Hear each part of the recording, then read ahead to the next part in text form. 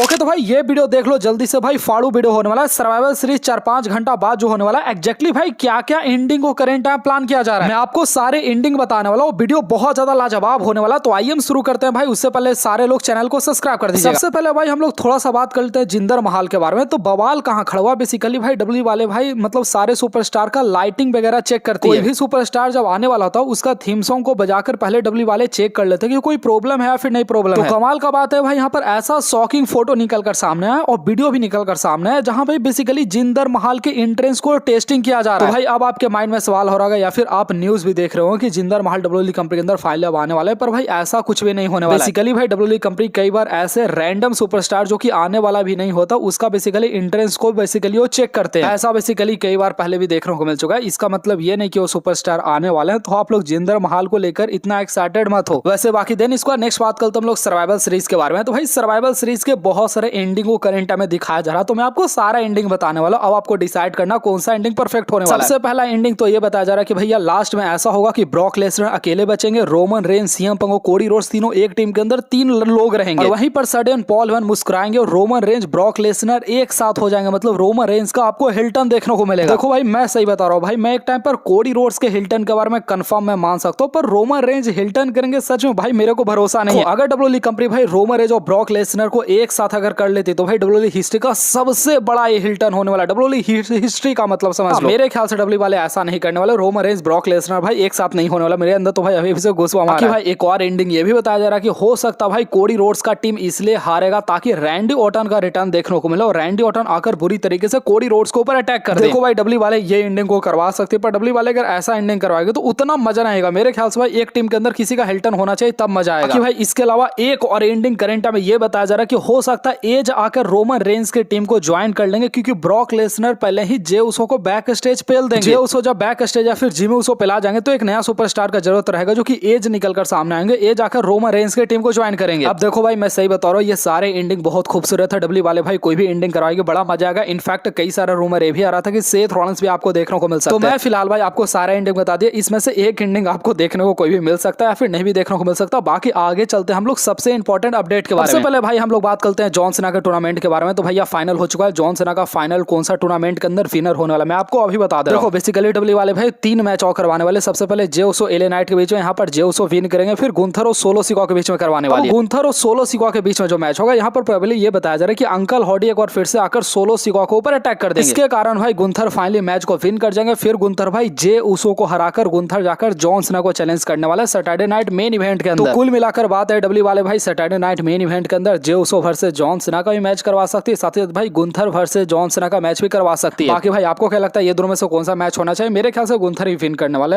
मतलब मेरे ख्याल से वही लगता है। बाकी भाई सोलो सिकॉ का कहानी वही रोटेट होने वाला। सोलो सिकॉ के ऊपर आज के शो के ऊपर अंकल हॉडी ने अटैक कर दिया, तो मेरे ख्याल से सोलो सिकॉ अंकल हॉडी का पूरा रिवलरी डब्ल्यू वाले दिखाने वाले हैं। बाकी आगे बात करते हैं ब्रामा बुल दी रॉक के बारे में। तो भाई इनफैक्ट अभी काफी सारे न्यूज चैनल वाले ऐसे पब्लिश कर रहे हैं कि आपको रॉक देखने को मिल सकता है सर्वाइवल सीरीज के अंदर, पर ये चीज मेरे ख्याल से बकवास है। इसके ऊपर उतना भरोसा नहीं करता। बाकी आप बात करते हैं पेज के बारे में। तो पेज भाई हमेशा सुर्खियों में बनी रहती है, ऐसा वो स्टेटमेंट देती है। रिसेंट टाइम में पेज ने स्टेटमेंट दिया कि भैया देख भैया मैं मेन के साथ भी सो चुका हूँ, मैं वुमेन्स के साथ भी मैं सो चुका हूँ, और वुमेन्स के अंदर जो मजा है वो मजा मेंस के अंदर नहीं है। भैया मैं क्या कहूँ भाई, यूट्यूब मेरा चैनल डिलीट करवा दे, ऐसा बात बोलते हैं। ठीक है भाई सबका अपना अपना चॉइस है, मेरा काम है न्यूज पढ़ना, मैं बस न्यूज पढ़कर आपको सुना दिया। साथ ही भाई एक और स्टेटमेंट इन्होंने दिया है, बोला कि डब्ल्यूडब्ल्यूई कंपनी के अंदर अगर सबसे ज्यादा किसी अपोनेंट को फेस करना चाहती करंट में तो रिया रिप्ली को फेस करना चाहती। भैया मतलब दोनों लड़की को पसंद करने वाले हैं, आप लोग समझ जाओ। ऐसे वीडियो के बीच में निकी बेला आ जाती है भाई, मैं क्या कहूँ, चलो छोड़ो। वैसे बाकी आगे बात करते हम लोग वार गेम के बारे में। तो भाई वार गेम 2022 को लेकर एक बड़ा शॉकिंग रिपोर्ट निकल कर सामने है कि 2022 के वार गेम को रोमन रेंस का टीम बेसिकली हारने वाला था। आपको पता होगा भाई उस टाइम पर पूरा स्टोरी लाइन यही चला था कि सैमी ज़ेन रोमन रेंस का साथ देते हैं, फिर सैमी ज़ेन जाकर केविन ओवेंस को ज्वाइन करते हैं। यहाँ पर भाई सैमी ज़ेन रोमन रेंस का साथ दिए थे, बाद में जाकर रॉयल रंबल के अंदर वो हिल्टन के थे, पर वो हिल्टन बेसिकली सर्वाइवल सीरीज के अंदर ही होने वाला था। बाकी आगे बात करते हम लोग वुमेन्स का रेसलमेनिया के बारे में। तो फाइनली डब्ल्यू वाले ने भाई वुमेन्स का रेसलमेनिया का पूरा टीजर यहाँ पर लॉन्च कर दिया। बहुत सारे सुपरस्टार को यहाँ पर फीचर किया गया, पर यहाँ पर भी कंट्रोवर्सी उठ चुका है। कंट्रोवर्सी है कि डब्ल्यू वाले ने भाई यहाँ पर अलेक्सा ब्लेस को नहीं फीचर किया है, और मतलब बहुत सारे न्यूज चैनल वाले भाई बहुत सारे मतलब फैंस भाई इससे अपसेट हो चुके हैं। मैं भी इस बात से एग्री करता हूँ भाई, जब सारे लोग को जब फीचर किया गया योशिका इस सबको, तो भाई मेरे ख्याल से अलेक्सा ब्लेस भी 100% डिजर्व करती थी। बाकी आगे बात करते हम लोग सिजारो के बारे में। तो भाई सिजारो फाइनली एडब्ल्यू कंपनी के अंदर चैंपियन बन चुके हैं। बेसिकली एडब्ल्यू कंपनी के अंदर वो चैंपियन नहीं बने, CMLL कंपनी के अंदर वो हैवीवेट चैंपियन बन चुके हैं। बेसिकली भाई डब्ल्यूडब्ल्यूई कंपनी का जिस तरह से कॉन्ट्रैक्ट भाई जिस तरीके से TNA के साथ है, बेसिकली AEW कंपनी का भाई 20 प्रमोशन के साथ कॉन्ट्रैक्ट है, तो इसीलिए भाई साशा बैंक्स 14 टाइटल को विन कर चुकी है। वही सेम चीज वहां पर है। बाकी भाई हिकुलियो के बारे में बात करें तो हिकुलियो ने भाई मतलब मोटर सिटी मशीन के दोनों बंदे को भाई सिंगल हैंडेडली मतलब हरा दिया था। तो WWE वाले भाई स्टिल यहाँ पर हिकुलियो को भाई ग्रेट दिखाने का कोशिश करे, पर जब तक उनको मेन स्टोरी लाइन के अंदर नहीं डाला जाएगा भाई क्या हो सकता है। वैसे बाकी बात करते हैं आस्का के बारे में, तो भाई मैं आपको बताया नहीं था, पर आस्का आज के स्मैकडाउन के ऊपर मिस्ट का यूज की थी। बेसिकली रेफरी को ऊपर शायद इन्होंने मारा था, तो बेसिकली वार गेम के अंदर भी मिस्ट का यूज करने वाली है बेसिकली। बाकी आगे बात करते हम लोग जेड कारगिल के बारे में। अब भाई जेड कारगिल जिस तरीके से चेल्सी ग्रीन को ऊपर अटैक किया ना, मेरे ख्याल से भाई जेड कारगिल भाई डबल चैंपियनशिप अपने साथ रखने वाली, मेरे ख्याल से यूएस टाइटल और वर्ल्ड टाइटल दोनों अपने साथ रखने वाली। तो ठीक है, मैं इसको लेकर मैं बहुत ज्यादा कोई शिकायत नहीं करने वाला हूँ भाई। चलो ठीक है, दो टाइटल रखेगी, मुझे नहीं पता भाई, पर हाँ मेरे ख्याल से डायरेक्शन करेंट वही जा रहा है। बाकी भाई समोआ जो के बारे में बात करें तो समोआ जो को भाई मतलब वो टाइटल जैसे विन करे AEW वाले ने भाई उनका नेक्स्ट मैच को ऑफिशियल कर दिया। आपको 10 तारीख को उनका नेक्स्ट मैच देखने को मिलेगा। तो मेरा बस ये कहने का मतलब है कि AEW कंपनी भाई करेंटा में ग्राउंड पर काम करी और रेसलर को भाई पूरा थकाती बेहतरीन मैच देती है, जो कि WWE कंपनी अभी करेंटा में बिल्कुल नहीं कर रही है। भाई आगे सेथ रॉलिंस के बारे में बात करें तो इनका सिर्फ एक ही काम बच चुका है, सारा दिन फुटबॉल खेलेंगे, इनका टीम विन करेगा, आई लव फुटबॉल, इनका टीम हारेगा, आई हेट फुटबॉल, बस ये करते रहेंगे ट्विटर को। बाकी बात करते हम लोग रिक फ्लेयर के बारे में। तो भाई रिक फ्लेयर ने रिसेंट टाइम में रैंडी ऑर्टन के बारे में स्टेटमेंट दिया कि रैंडी ऑर्टन मेरा बड़ा अच्छा दोस्त था और WWE कंपनी के अंदर रैंडी ऑर्टन को यूज किया ही नहीं गया। तो मेरे ख्याल से भाई रैंडी ऑर्टन भाई को लेकर मतलब रिक फ्लेयर 100% सही है भाई। रैंडी ऑर्टन उतने कमाल के रेसलर भाई पिछले 10 साल से मैंने नहीं देखा WWE वाले भाई रैंडी ऑर्टन को सही तरीके से यूज किया। आगे बात करता है डॉम के बारे में। तो भाई डॉम से पूछा गया कि WWE कंपनी के अंदर उनका फेवरेट मैच 2 कौन सा रहा है, तो सबसे पहला उन्होंने फेटल 4 मैच बताया, जो कि इस बार का रेसलमेनिया के अंदर उन्होंने रेसल किया था और चैंपियन बने थे। और दूसरा मैच उन्होंने बताया कि 2020 के अंदर जब वो समर स्लैम के अंदर सेथ रॉलिंस को फेस किए थे फर्स्ट टाइम PPV के अंदर, तो उनका सबसे फेवरेट मैच में से एक मैच। और बेसिकली भाई अगर आपको नहीं पता तो इसी मैच के बाद भाई लोग प्रेसाइज डॉम को करना शुरू कर दिए थे, पूरा ग्लोबली सारे लोग तारीफ करना शुरू कर दिए थे। बाकी भाई AJ ली के बारे में बात करें तो बेसिकली भाई AJ ली भाई पिछले 10 साल से मैच तो नहीं रेसल किया, पर पिछले 10 साल